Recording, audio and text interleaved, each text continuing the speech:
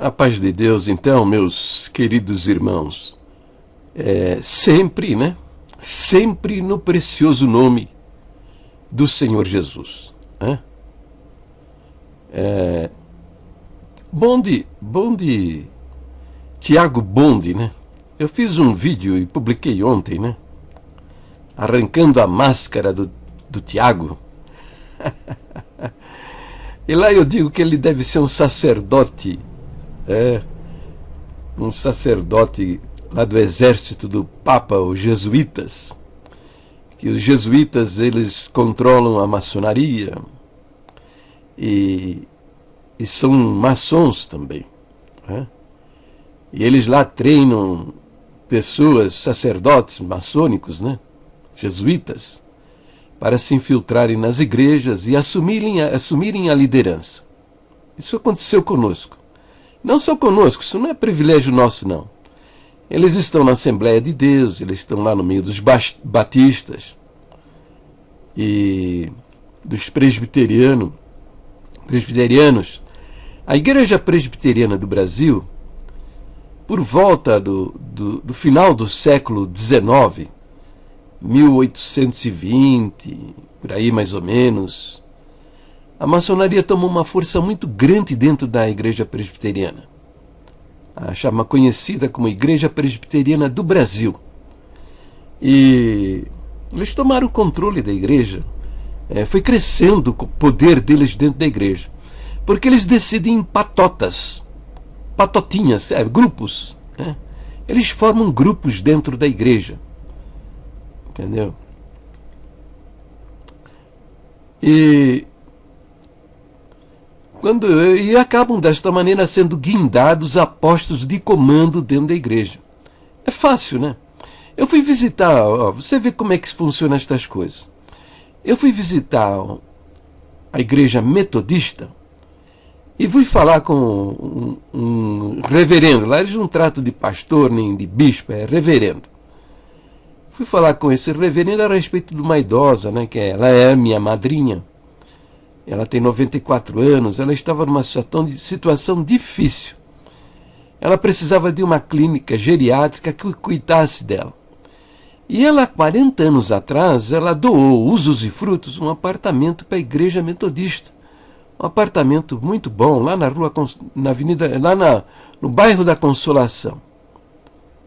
E tinha uma senhorinha que era divorciada do sobrinho desta minha madrinha, que estava tentando contato com esse pessoal aí, resolver esse problema, e ninguém tomava uma providência já há 15 dias.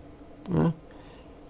E eu entendo que a igreja deveria fazer alguma coisa por ela, porque eu não posso cuidar dela. E a igreja tinha, na minha cabeça, né, depois eu fui saber que não, a igreja tinha uma clínica geriátrica, né? E, na realidade, a clínica geriátrica era fundada por um outro pastor presbiteriano, que morreu até, né? Foi famoso entre os presbiterianos, mas ele era maçom também. E a igreja tinha lá um relacionamento muito forte com essa clínica geriátrica. Porque a maçonaria eles funcionam assim, né? O cara é maçom, a mulher dele vai no ginecologista maçom, os filhos frequentam um dentista maçom. Se eles precisam de um advogado, eles vão procurar um advogado maçom. É tudo da turminha, sabe? É da igreja deles. Então funciona assim a maçonaria dentro da igreja. É uma igreja dentro da igreja. Entendeu? Bom, vou resumir a história. Eu fui lá falar com ele. E eu disse, olha, eu estou muito indignado por causa dessa situação. Ela pagou esses 40 anos o dízimo dos aluguéis que vocês receberam neste apartamento. E agora ela está nessa situação e vocês não atendem, não resolvem. Ninguém, o único parente que ela tem é o sobrinho, que já está com 72 anos de idade. A mãe está dentro da casa dele, tem 3 especialistas cuidando dessa mulher. tem cuidadores 24 horas por dia, ele não tem como ter mais uma pessoa dependente de banho, de que dê comida na boca. Vocês deveriam fazer alguma coisa por ela.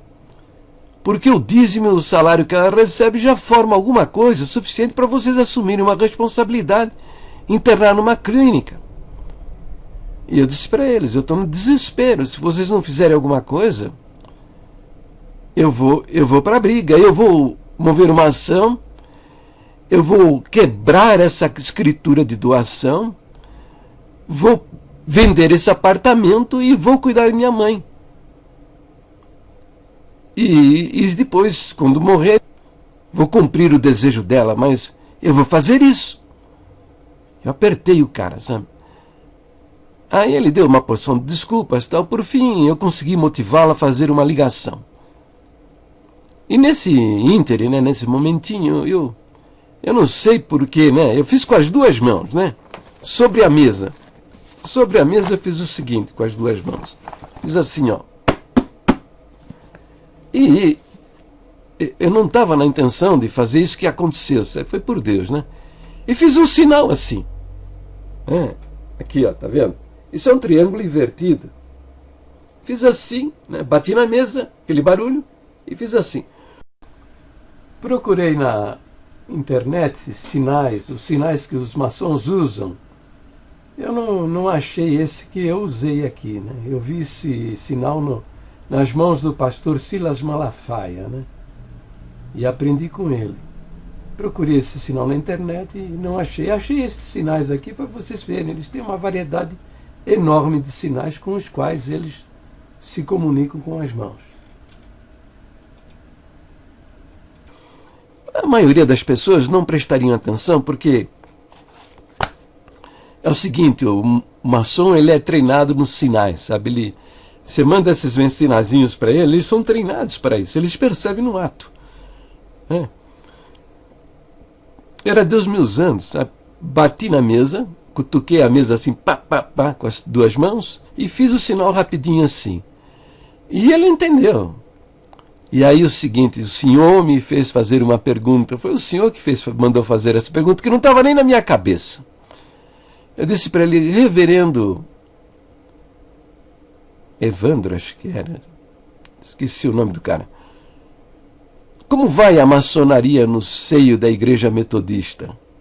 Ele estava assim, corpo jogado para trás.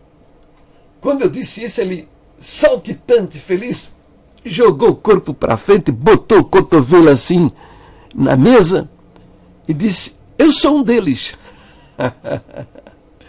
Eu olhei bem no olho, mas esse meu Deus, ele me mete às vezes numa situação...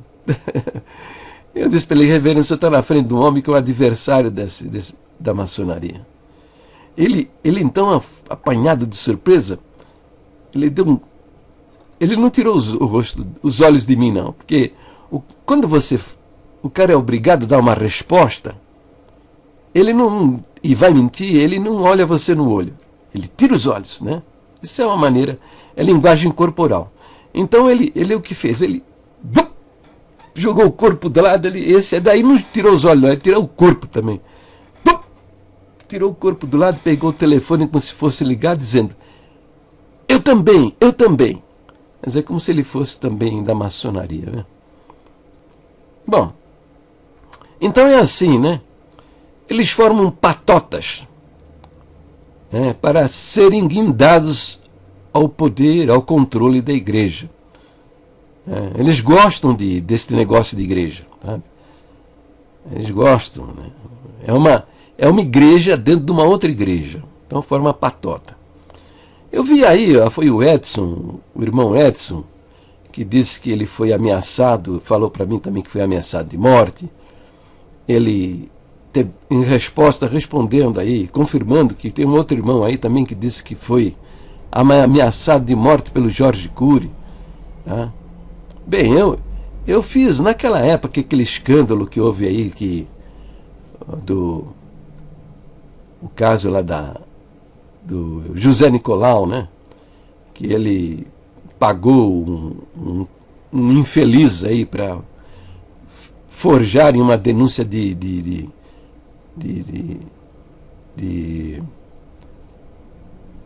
daquela corrupção dentro da igreja, de homossexualismo, né?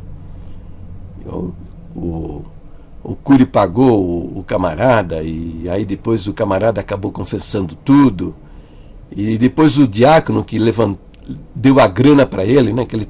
Esse delator, essa falsa testemunha, né? Estava muito mal financeiramente.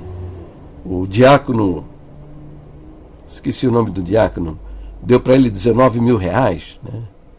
Esse escândalo aí que vocês viram acontecer, né? Bem, naquela época eu exigi que a renúncia do Jorge Cury, né? Porque, por causa da história da tal Marlene, do adultério com da tal da Marlene. Eu exigi a renúncia do Jorge Cury. Então veja o que aconteceu. Aconteceu o seguinte: um ancião maçom lá de Minas Gerais, né? E ele estava querendo formar a patotinha dele, aumentar, né? Porque ele era 20º grau, né? Naquela época. Hoje ele deve ser 28, 29, quem sabe está lá nos 32, sei lá, situação. Qual é o nível de perdição da alma desse homem ele se encontra agora, né? Mas na época, que foi uns 12 anos atrás, né? E ele era 25º grau. Olha só o título do camarada, ancião da congregação. Ele era Cavaleiro da Serpente de Bronze. No título ele já carregava a serpente lá que atirou Adão e Eva no pecado, e nós estamos metidos nessa embrulhada até o dia de hoje, né? Capitão da Serpente de Bronze. Então ele estava querendo maciliciar mais um soldadinho para fazer parte da sua patotinha. E era um cara grandão, né? Enorme. Mandou vir me procurar. Naquela época eu não tinha ainda a minha aposentadoria, né? Faz uns 12 anos mesmo isso que aconteceu. Eu não estava aposentado. Embora já tivesse não tivesse direito à aposentadoria, mas quer dizer, tivesse direito à aposentadoria, mas não estava aposentado. Então eu estava me dedicando a escrever sobre os problemas da congregação, e eu arranjei um emprego de plantonista no imóvel. Por que eu fui para lá? Para ganhar R$300 por mês, né? Olha que miséria de salário. Para eu ter alguma coisa, algum dinheirinho, e porque eles me permitiram também eu não fazer nada. Plantonista não faz nada, só trabalha quando chega alguém para ver o imóvel, né? E me autorizaram a levar um computador, e eu fazia lá meus documentos, tal. O rapaz lá me permitiu acesso à internet, porque lá no prédio tinha internet, me permitiu acesso, e assim fui tocando a vida. Bom, então eu não estava em casa. Ele, então, esse maçom, 25º grau, mandou o cara me procurar na minha casa, né? Aí obteve meu endereço e o meu telefone, combinou comigo um encontro num sábado. Acredita, ele ficou 5 horas me ameaçando, um gigante, sabe? Se desse um tapa aqui na minha cara, arrancava a cabeça. Ficou 5 horas, e ele deixava a maleta dele entreaberta, mostrando as cópias das coisas que eu tenho escrito e tal. Passou 5 horas me ameaçando, eu só escutando, sabe? Só escutando. E depois de 5 horas, Deus abriu a minha boca, sabe? Esse homem, há uns 20 anos atrás, né? 30 anos atrás, ele foi acusado de desviar dinheiro da igreja. Isso lá no norte de Minas. Desviar dinheiro da igreja, né?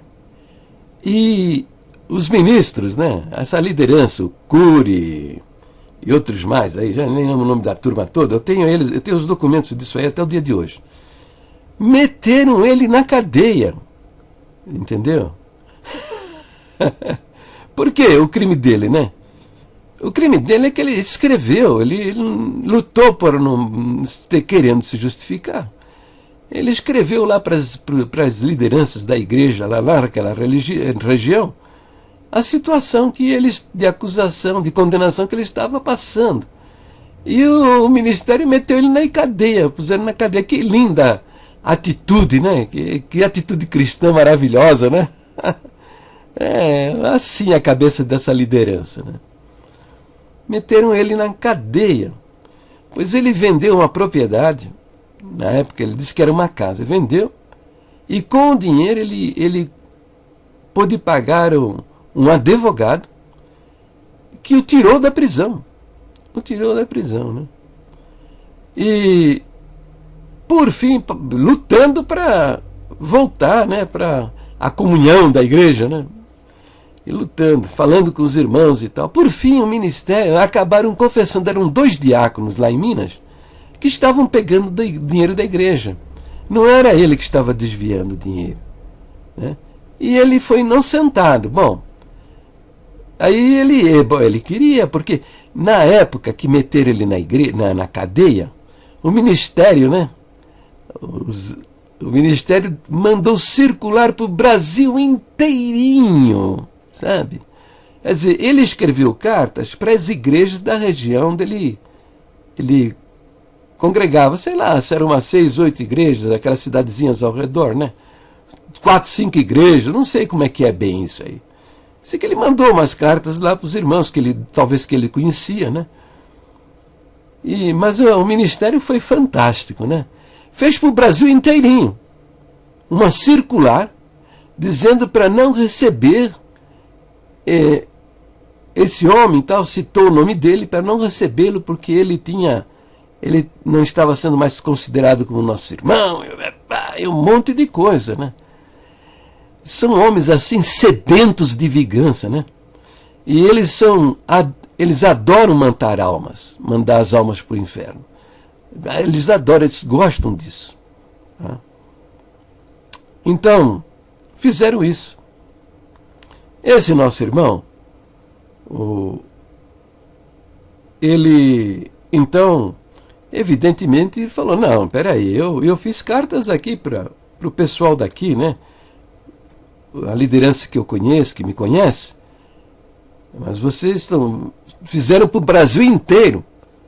Eu quero que vocês agora façam cartas para o Brasil inteiro, né, para onde vocês mandaram essa circular, dizendo que eu sou inocente, que eu fui injustiçado e que eu sou inocente, que eu não cometi esse crime. E sabe, não fizeram, disseram que a Irmandade poderia vir a menos, né? Cambada, né? Em vez de falar a verdade, assumir seus próprios erros, não. Fica aí botando debaixo do tapete e enganando a Irmandade. Tá? Bom, então, esse homem aí que passou esse processo todo, é que o ancião lá de Minas Gerais queria aumentar a sua patotinha e estava aliciando ele também para fazer parte da igreja, da igrejinha dele, maçônica, dentro do ministério lá, da congregação lá no norte de Minas. Ele veio falar comigo. Então, depois de 5 horas de ameaça, ele me disse o nome dele. Ele me disse, aí perguntei para ele, o seu nome, qual é? Ele falou o nome dele, porque ele disse, olha, eu também passei um processo com o ministério e tal, lá em Minas Gerais, mas não contou nada, só disse que teve um problema por lá. E falou o nome dele. Deus me trouxe avante, então, o fato de que na minha comum congregação, né, o cooperador cheio de ódio, né, leu a circular e falou lá o nome dele todinho. E eu me lembrei o nome dele todinho, me lembrei do fato, eu trouxe tudo na minha mente e falei, você é fulano de tal lugar, assim, assim, eu me lembro até hoje, o cooperador babando de ódio, anunciando para todo mundo, uma igreja de mais de 600 irmãos, que você não deveria ser recebido como irmão, porque você estava excluído, leu lá a circular, então você, isso aí.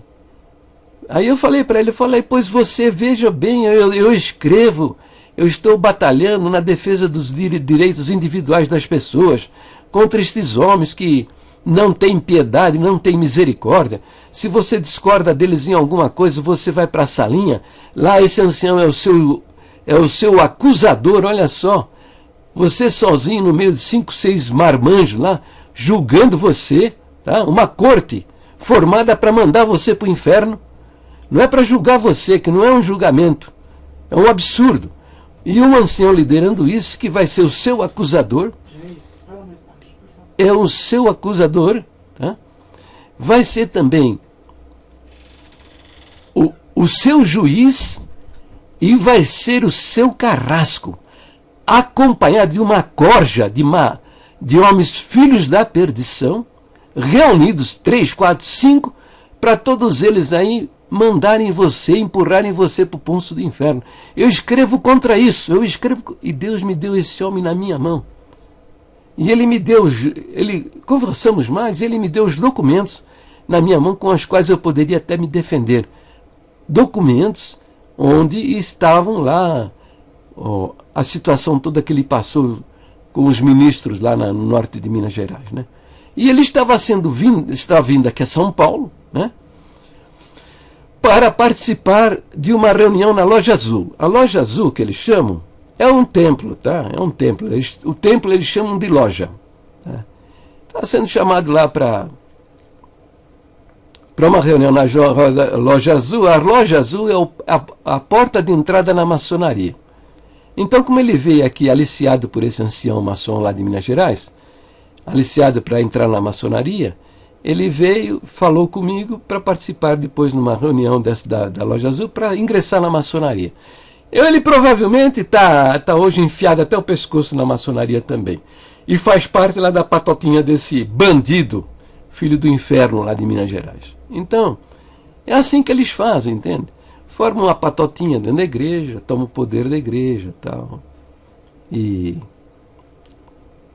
é assim que funcionam essas coisas, né?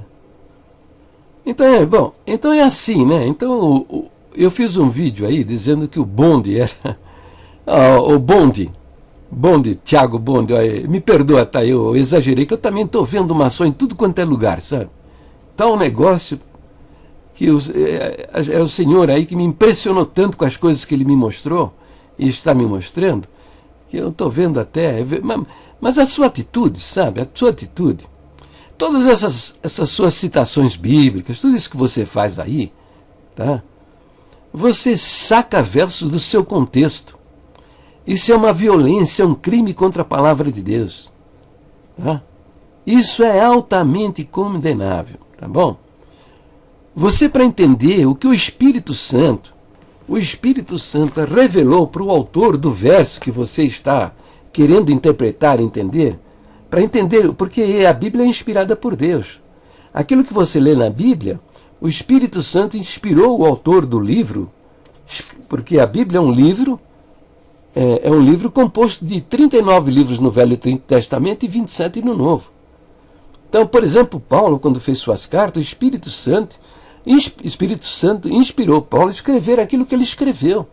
Ele é inspirado por Deus. Entendeu? Para você entender qual a intenção do Espírito ao inspirar aquele verso que você quer interpretar, tá? Você precisa ler os versos que antecedem os versos no contexto, tá? Que tem toda uma série de versos. Você tem que ver onde inicia esse contexto e onde ele termina. E a sua interpretação tem que ficar dentro desse contexto. Tá? E você lê os versos anteriores e o que se seguem depois, para você poder, entendendo o contexto, interpretar o verso. Tá? E não pode fazer esses saltos magníficos como você fez, de pegar o primeiro verso, o verso, acho que 2, deixa eu olhar lá, de 1 Coríntios, verso 2, de 1 Coríntios, acho que é o verso 2, de 1 Coríntios, 1 Coríntios 11, né? Onde Paulo fala sobre, aliás, o verso 2 do capítulo 1 de 1 Coríntios, onde Paulo fala que em todas as igrejas, né, Deixa eu ver aqui, ó.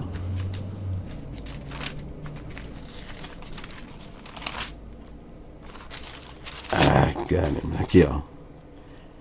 O verso 2. É a igreja que está em Corinto, aos santificados em Cristo Jesus, chamados santos, com todos os que em todo lugar invocam o nome do nosso Senhor Jesus Cristo, Senhor deles e nosso. Então você não pode pegar esse versinho 2, não, verso 2, dar um salto magnífico lá para o capítulo 11, tá? E fazer uma interpretação absurda de que as instruções, que ele dá, as instruções, porque vocês fizeram doutrina do capítulo 11, da doutrina do véu. Vocês fizeram doutrina, do ensino do véu. Mas Paulo está falando de preceitos. Tá? Então você dá um salto magnífico de 11 capítulos, não sei se centenas de versos, para aplicar isso para toda a igreja. Entendeu? Quando isso é um problema local. E diz assim, e Paulo está dizendo, preceito. Verdade é o seguinte, doutrina significa ensino, tá? Preceito, orientação. Mas vocês fizeram dessa doutrina uma doutrina excludente, uma doutrina que exclui as pessoas. Tá? Fazem absurdos. Uma mulher que não é crente da congregação, num ambiente onde todas as mulheres estão cobertas do véu, ela não pode usar um véu. Ela não pode usar o seu véu. Se ela quiser congregar na congregação, a congregação usa o véu para cobrir a cabeça. Eu não vou destoar, eu não vou ser diferente. Eu não quero ser notada, observada, como uma visitante. Eu não quero. Não quero ser distinguida do meio das outras. Ela quer levar o seu véu para cobrir a sua cabeça e tem ensinamento que não pode usar, não deixa usar, tira a mulher para fora, tira o véu dela, humilha a pessoa em público. Isso é doutrina excludente. A mulher que ora a Deus sem o véu, Deus não ouve a sua oração. Deus só ouve a oração que tem a mulher que tem o véu. Fizeram do véu um amuleto por causa disso. Amuleto, você sabe o que é amuleto? É pé de coelho. As criaturas usam um chaveirinho, com o pezinho de coelho, para dar sorte. Entendeu?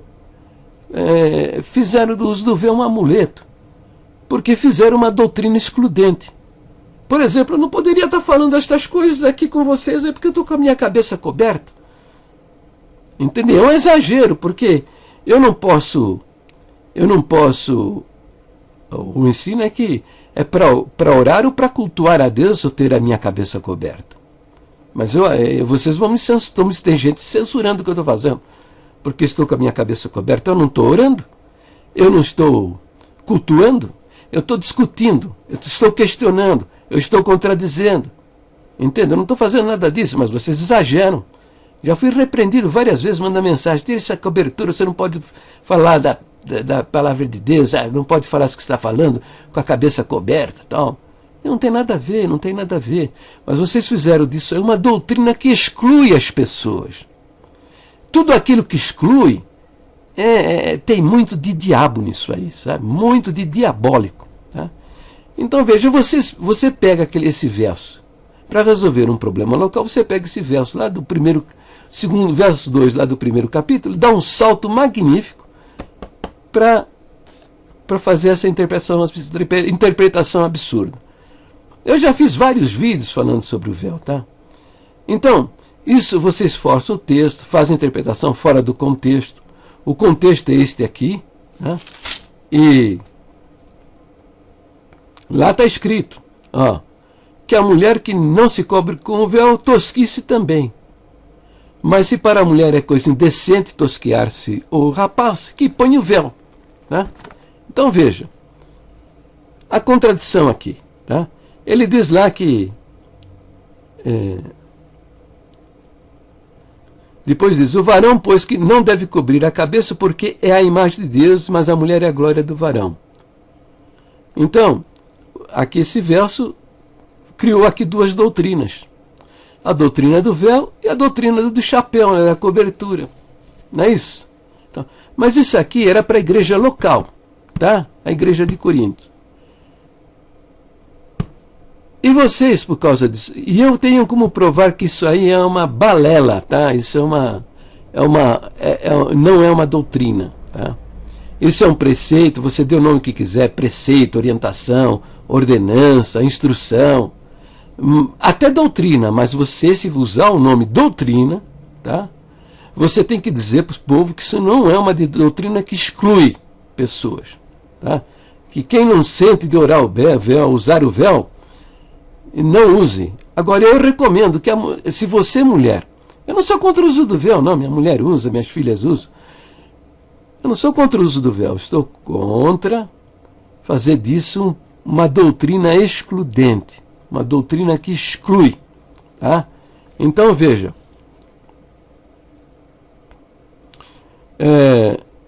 aqui diz, né, que todavia, né,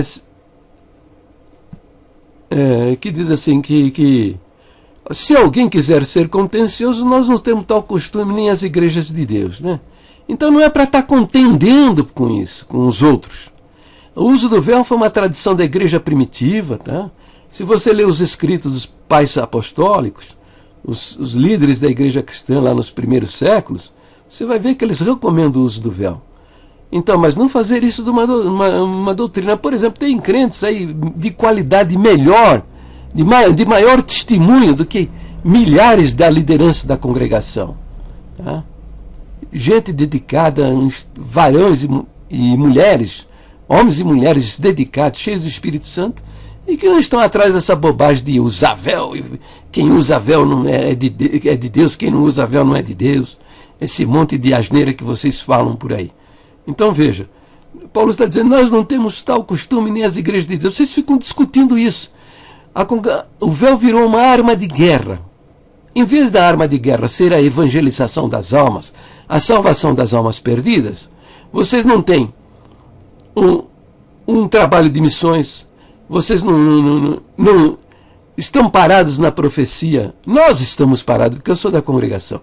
Nós estamos parados na profecia do Franciscão que diz, eu enviarei para o meio de vós aqueles que haverão de ser salvos. Então, eu até hoje não vi, né? Uma coisa que eu nunca vi, alguém chegar gritando desesperado dentro do salão da congregação, eu sou nigeriano, eu vim lá da Nigéria, atravessei o oceano aí para vir salvar a minha alma aqui nesse lugar, porque a salvação é só com vocês aqui, Deus me mandou vir aqui para salvar a minha alma.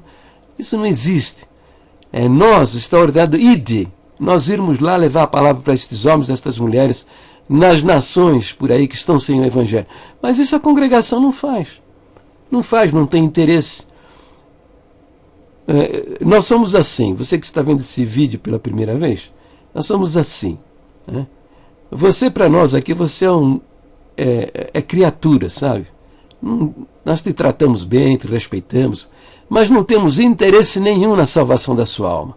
Se eu falar alguma coisa da igreja ou de Deus para você, eu estarei atirando pérolas a porcos, né? A cães, porcos, entendeu? É esse o ensinamento, tá?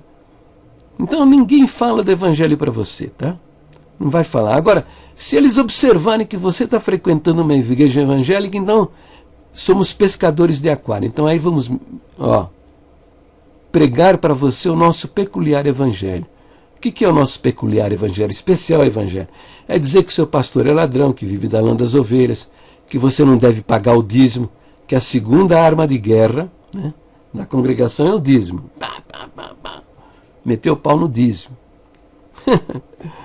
Eu acho que dar o dízimo para uma obra, né, uma obra cristã, é até ser muito miserável. A igreja primitiva não fazia isso. Eles davam tudo, 100%. E Ananias e Safira morreram na presença do apóstolo Pedro, porque eles mentiram a respeito disso, né? Entendeu? Então, pedir o dízimo é até uma miséria. É uma miséria, né? Vocês metem o pau no dízimo, né? Com esse tipo de pregação contra o dízimo, criou-se um bando de crentes miseráveis, sabe? No nosso meio, o que tem de gente necessitada não está escrito no gibi. Nesse tempo que eu era plantonista também, até eu socorri 2 jovens, homens novos, casados, com família, que eram membros da congregação e estavam passando necessidade dentro das suas casas. Eu, com esse saláriozinho miserável de R$ 300, ainda dei dinheiro para eles para poder comprar alimento para levar para sua casa. Entendeu? Vieram pedir para mim, que na cabeça deles eu era criatura, né? O cachorro e o porco que não poderia ouvir o evangelho, a pregação, as crenças da nossa igreja, eu não poderia ouvir, né? Não é o evangelho, porque ninguém prega o evangelho. As crenças da congregação eu não poderia ouvir, porque era um porco e um cachorro, ele não sabia que era crente. Aí, conversando e tal, eu perguntei, ele me confessou que era da congregação. Estava sem atendimento. E eu dei dinheiro para ele. Por quê? Porque ensino as pessoas a ser miseráveis diante de Deus, sabe? Mesquinho. Tá? Alguém vem pedir alguma coisa, eu vejo aqui. Alguém vem pedir alguma coisa, o cara quer saber da vida dele, o que ele vai fazer com o dinheiro, se ele vai gastar com droga, se ele vai gastar com bebida. Isso não interessa, o cara está pedindo, dá. O Senhor Jesus mandou, dai a quem te pede e não negue a quem te toma emprestado. Esse é o mandamento, não tem que estar considerando se o cara vai gastar bem ou se vai gastar mal aquele dinheiro que você vai dar a ele. Esse é problema dele, não é seu problema. O seu problema é obedecer ao seu Deus. O seu Deus está mandando fazer, você faça. Não tem o que discutir. Então, é um outro tipo de mentalidade. E isso gera no nosso meio muita gente miserável, porque o cara é mesquinho. É mesquinho, é miserável. Não dá. Se dá esmola. Dá esmola, não honra o Senhor com o dinheiro que Deus lhe deu. Entendeu? Então aí fica um crente miserável, necessitado, batendo na porta dos outros. Deus não supre nada para ele, porque o cara é miserável. Além de estar enfiado numa igreja muito incrédula na suficiência, no poder de Deus na vida das pessoas, tá? Porque não crê que Jesus Cristo é Deus. Se você não crê que Jesus Cristo é Deus, você dançou. Aliás, vamos fazer aqui algumas observações, tá? O Senhor Jesus deixou bem claro, né, que estes sinais seguirão os que creem, se creem no meu nome. Primeiro sinal, expulsarão demônios. Você já viu isso na congregação? Não, você não viu e não vai ver. Sabe por quê? Porque esses homens não têm poder sobre os demônios, eles não acreditam em Jesus Cristo. Eles acreditam em Deus. Bom, você faça a prova dos 9, tá? Faça o teste, não custa nada, tá bom? Você não acredita em Deus? Tá. Então, quando aparecer um endemoniado, procura um aí e diz para ele, em nome de Deus, para ele ir embora. Para você ver se acontece. Não vai acontecer nada, tá? Porque você não está glorificando o nome do Filho. Você não acredita no Senhor Jesus. Então, quem não acredita no Senhor Jesus não tem nada com Ele. Não tem nada com Deus Pai. É uma alma perdida e não tem autoridade sobre demônios. Não vai expulsar, tá? Não vai expulsar. Viu? Falar novas línguas é considerado alguma coisa muito importante, né? Um sinal que o cara tem mesmo a presença de Deus. Mas o diabo também fala em línguas. Agora, expulsar demônios, o diabo não expulsa. Tá? O Senhor Jesus mesmo diz, né? Satanás não expulsa Satanás. Então, não vai acontecer, né? Não vai acontecer. Então, no nosso meio está muito claro isso. Não tem. Eu já vi na minha congregação, quando uma menina lá, todo culto manifestava demônios. E o que era feito? Levava uma irmãzinha lá para o quartinho, trancava ela lá dentro. Quando terminava o culto, soltava uma irmãzinha para ela voltar no culto seguinte, carregando seus demônios. Entendeu? Foram 3 anos aí, todo culto, essa manifestação demoníaca. E nenhum desses ministros tinha autoridade para expulsar. Eu não me metia nisso não, porque eu não vou me meter, né? Eu não sou do ministério e tal. Mas vi isso muitas vezes. Então, expulsar demônios é um sinal que evidencia que realmente o cara acredita em Jesus Cristo. Mas esse bando de falsos profetas são desviados das nossas próprias doutrinas. Porque a nossa doutrina fala claramente que Jesus Cristo é verdadeiro Deus e verdadeiro homem. E que nele há 2 naturezas, a natureza divina e a natureza humana.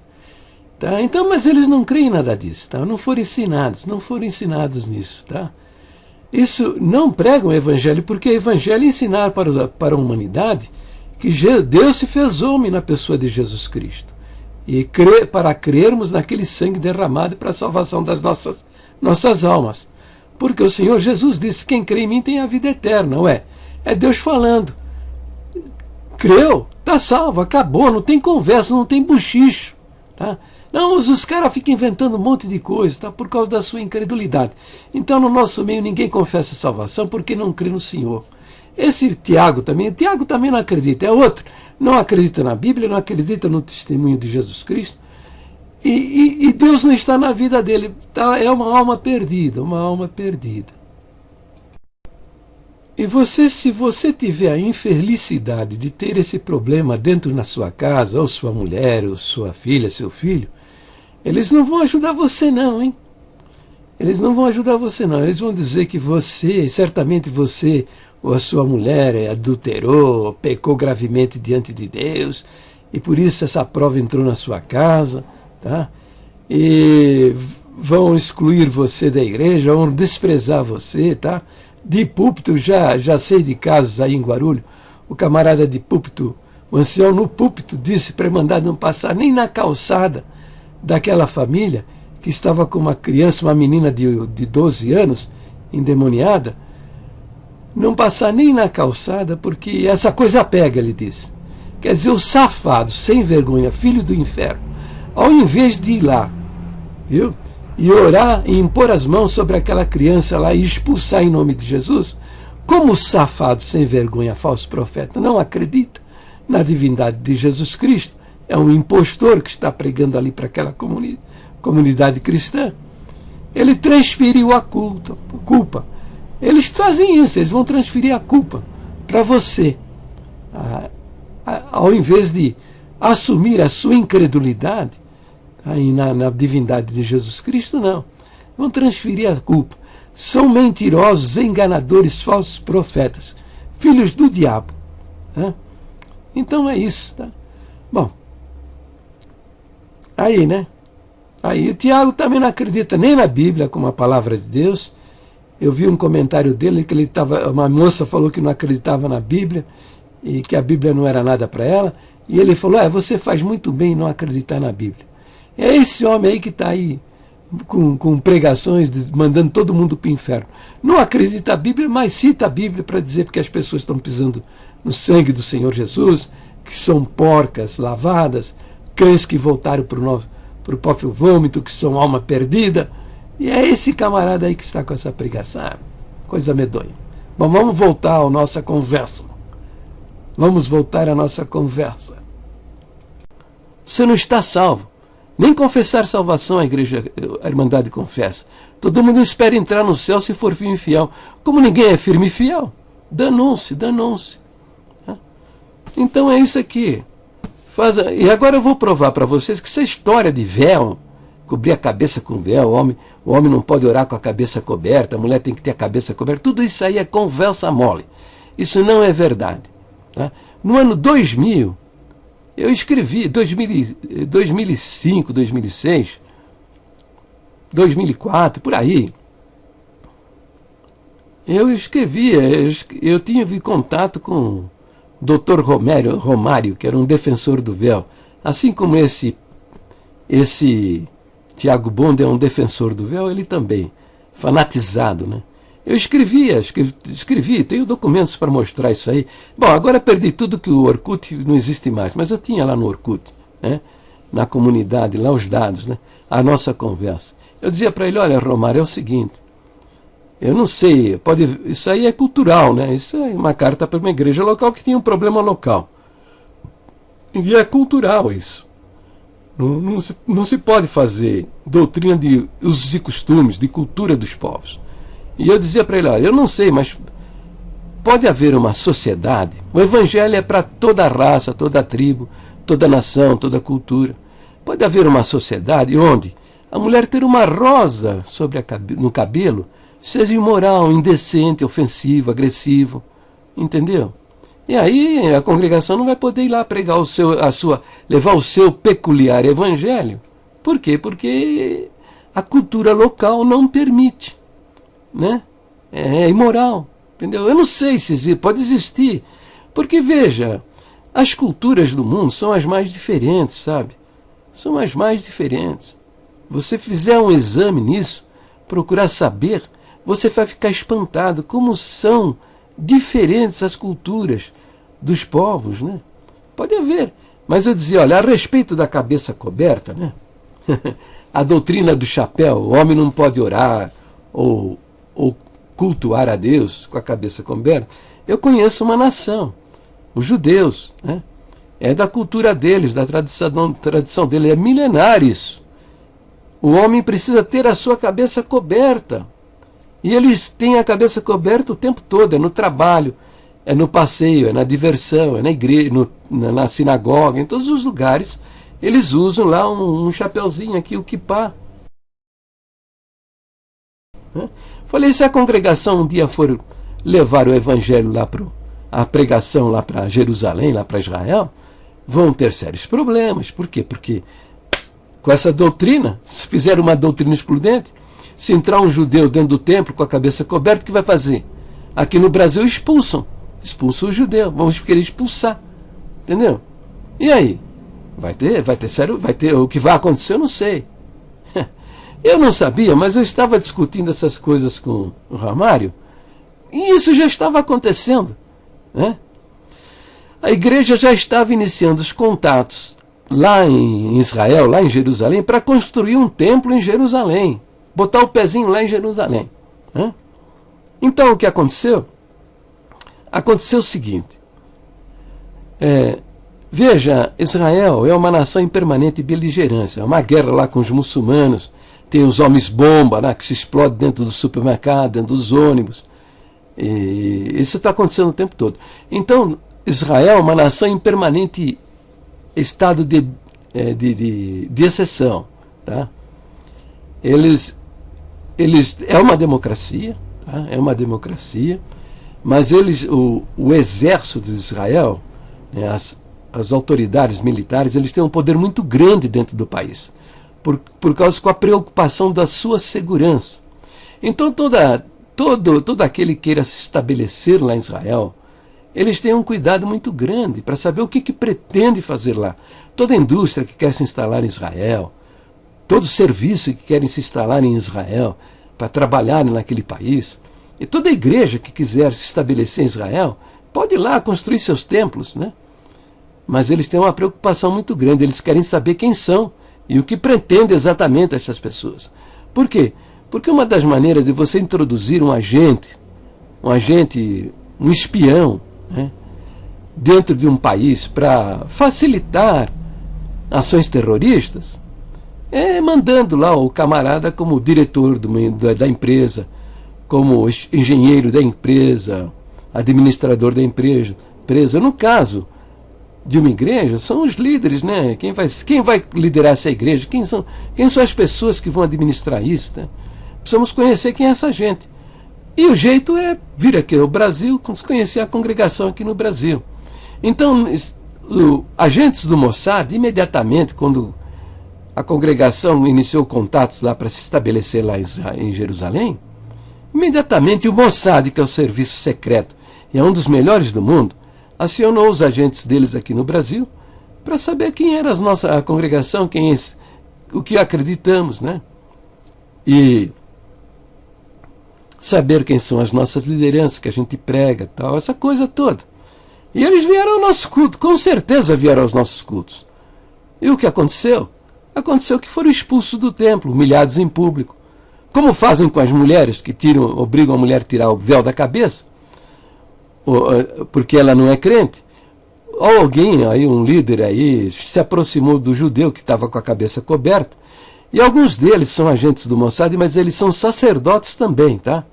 Usam aqueles chapelões enormes, tá? Então, obrigar a pessoa ou tirar a cobertura, uma coisa que ele foi se recusar, ou expulsar. Foi isso que fizeram com... Eu sei de um caso, né? O judeu Saulo Sharabi.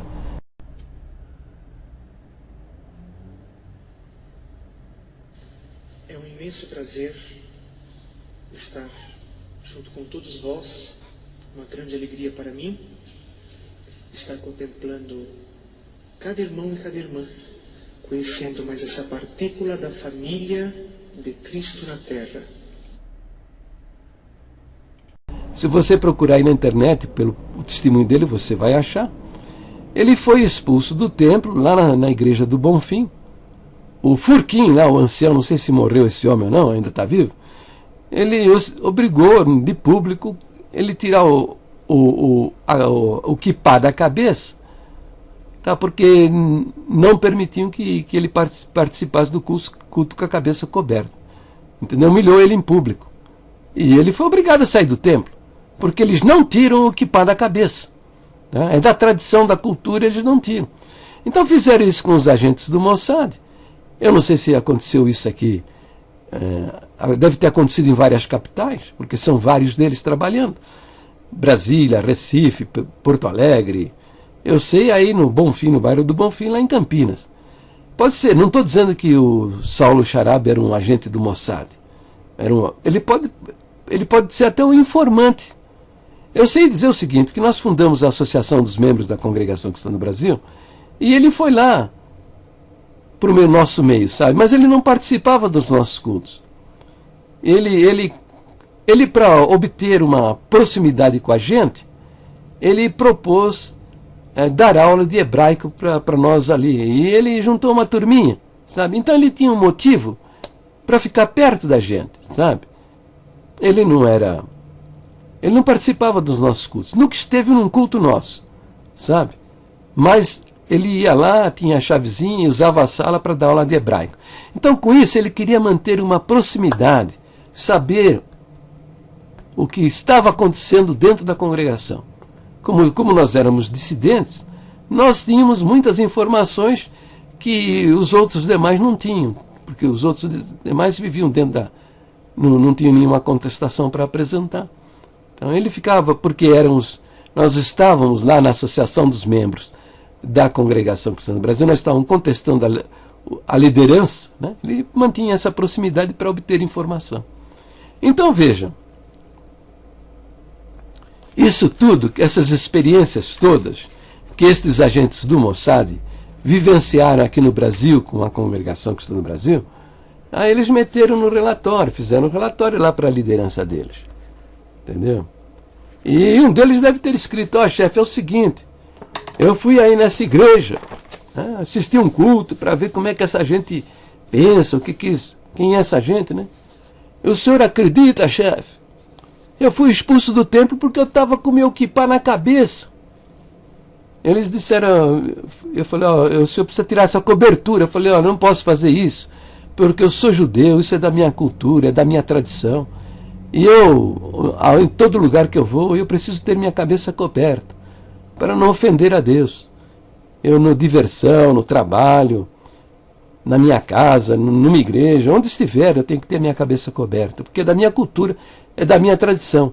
E, chefe, sabe o que eu ouvi dessa pessoa? Que eu saísse da igreja, então, fosse embora. Porque assim, eles não permitem que a pessoa participe de um culto com a cabeça coberta. O chefe leu isso aí, é um general. Ele leu isso aí, falou, e essa turma vai vir aqui com essa doutrina demoníaca. Na cabeça deles, o homem não ter a cabeça coberta é que nem nós aqui, é do diabo. Entendeu? Então, eles vão vir aqui com essa doutrina diabólica. Quando eles chegarem aqui, vocês me chamam, me avisa, não me chama, me avisa, que eu vou mostrar que aqui somos servos de Deus. Nós somos servos de Deus, porque aqui nós tem que usar a cabeça coberta mesmo. Em tudo quanto é lugar que a gente vai, nós tem que ter a cabeça coberta para honrar a Deus. Tal. Eles são mais fanáticos do que nós com respeito à cabeça, à doutrina do chapéu, que eu chamo a doutrina do chapéu, do que nós somos com a doutrina do véu e com a doutrina do chapéu. Entendeu? Em 2005, quando foram lá para Jerusalém, o templo já estava bem alto, estava lá em cima, né? O que aconteceu? Aconteceu o seguinte: tropas do exército de Israel, né, com os jipes embarcados, né, com carros de combate e tratores. Foram lá, meteram metralhadora na cara de todo mundo lá. E se alguém abrisse o bico, tomava bala na cara. Levava tiro na cara, tá? Metralhadora na cara de todo mundo. Encostaram os irmãos assim que estavam lá na construção, encostaram no canto e meteram o trator e máquinas, derrubaram, botaram tudo no chão. O prejuízo foi de $600 mil, porque lá, para construir um templo, há normas de segurança. As paredes são enormes, sabe? São grossas, para resistir a bombas. Tá? Esses lugares onde se concentram pessoas tem um outro tipo de construção. Tá, okay? Então não é barato fazer um templo por lá, não. $600 mil foram prejuízos dele. Dinheiro que aqui, como nós fazemos uma congregação completinha, belezinha, com tudo bem equipado. Eles estavam fazendo o alicerce. $600 mil, botaram tudo no chão, debaixo de ameaça com armas. Tá? Ouvindo palavrões, tá? Insultos, agressões. Tá? Por quê? Porque eles odeiam essa turma que vem com pregações desse tipo, de não pode usar chapéu no culto, tal, essa coisa toda. Eles odeiam isso, odeiam isso. Isso é ofensivo para eles, tremendamente ofensivos. Foi isso que aconteceu. E não contentes com isso, 2 meses depois, voltaram lá novamente com soldados armados, metralhadora na cara de todo mundo, tá? E maltrataram, insultaram os irmãos. Tá? Então, depois foi decidido fazer uma tenda, e em 2008 enrolaram a tenda e voltaram para o Brasil. Não deu certo. Por quê? Por que não funcionou? Porque não funciona, não funciona. Hoje a congregação se reúne lá numa salinha, lá perto da porta esqueci o nome da porta. Haifa. E você vê, é uma salinha pequenininha, né? Que eles alugaram lá, tem 3 ou 4 famílias, e aí vai lá, quem visita Israel é da congregação, vai lá e visita o templo, o salãozinho lá, né? Mas é tão pequenininho que o banheiro é contíguo, a porta do banheiro sanitário é contígua ao salãozinho, a geladeira está dentro da sala de oração, entendeu? Então é bem modesto aquilo, tá? Por quê? Por quê? Por causa dessa estúpida doutrina excludente do uso do véu e do uso do chapéu. Então estou provando para vocês que isso aí não é uma doutrina, tá? Uma doutrina fundamental das Escrituras. Então, é usos e costumes. Usos e costumes é assim.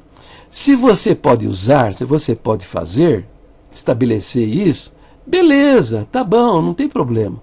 Mas se você não pode, você abandona, que você não estará ofendendo a Deus. Se a congregação não tivesse fizesse desses usos e costumes uma doutrina excludente, né?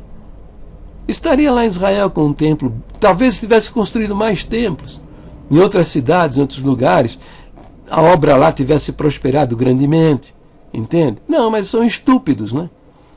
E não vê que isso aqui, Paulo está dizendo, se alguém quiser ser contencioso, contender a respeito disso, nós não temos tal costume.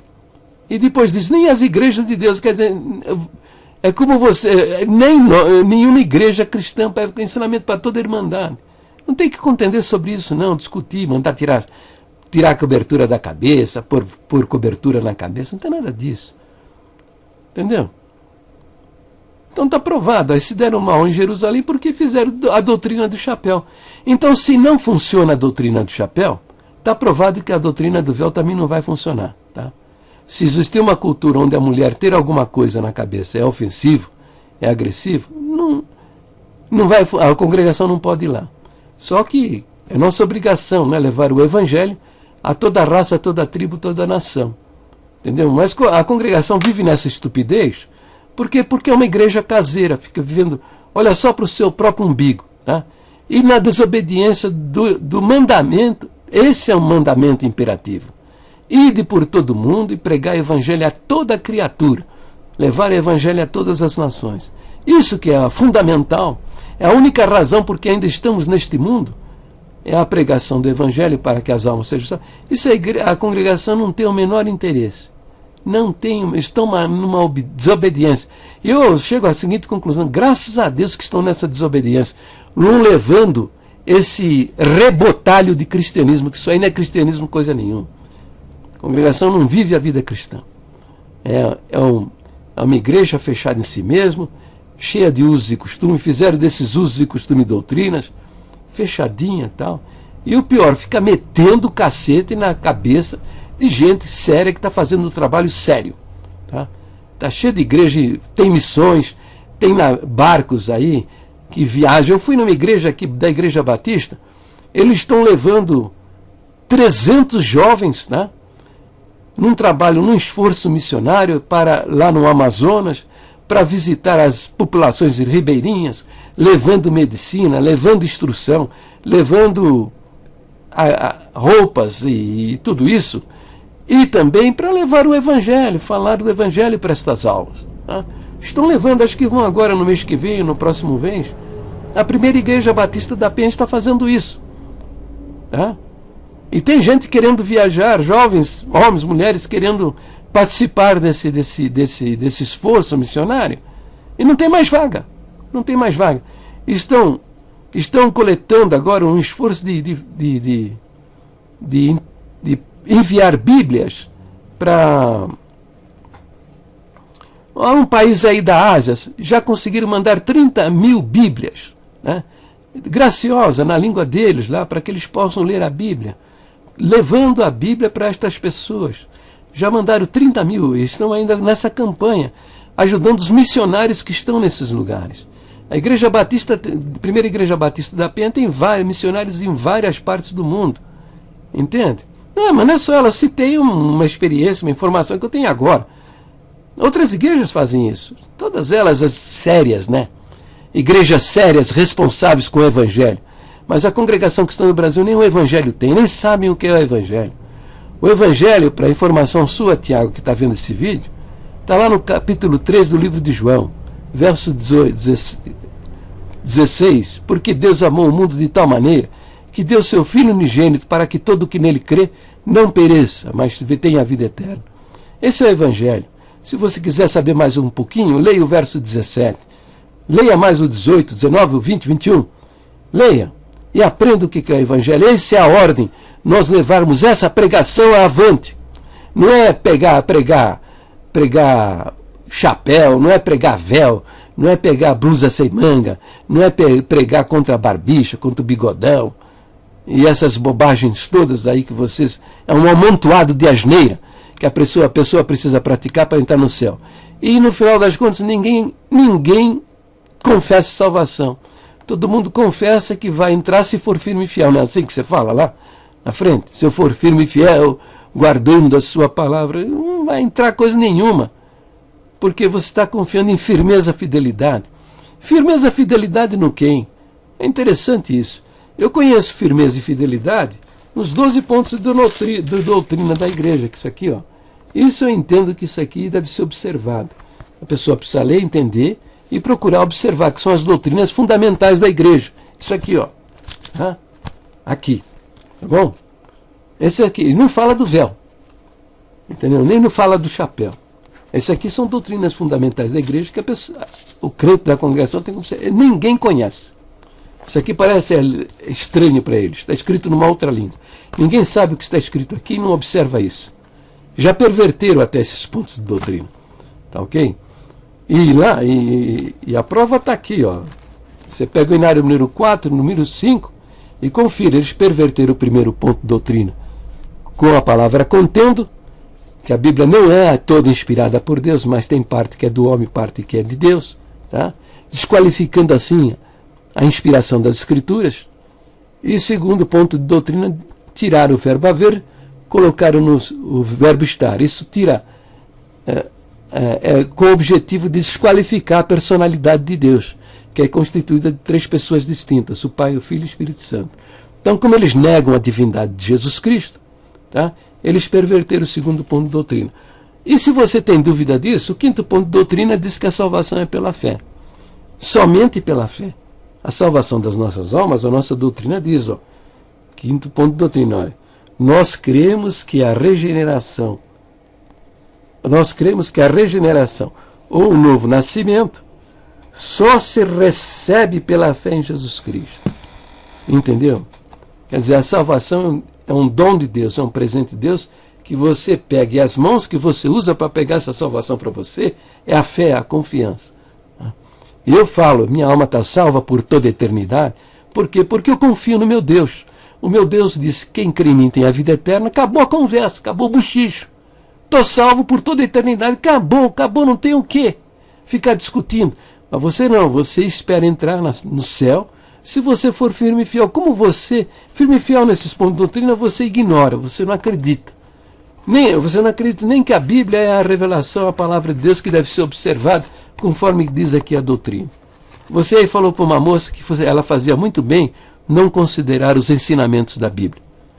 Você não acredita na Bíblia. E você é um falso, tá? Um falso porque você cita a Bíblia, impõe conceitos bíblicos fora do seu contexto, condenando as pessoas, mandando para o inferno, tá? Dizendo que são porcas lavadas, que pisaram no sangue de Jesus, e faz citações de versos fora do contexto para combater as pessoas. Mas por que você usa a Bíblia para combater as pessoas, se você não acredita nela? Você falou lá atrás, eu vou botar nesse vídeo a sua expressão, uma moça aí, que ela fazia bem em não acreditar na Bíblia. Entendeu? Então você é um falso, você é um mentiroso, um falso profeta, um enganador.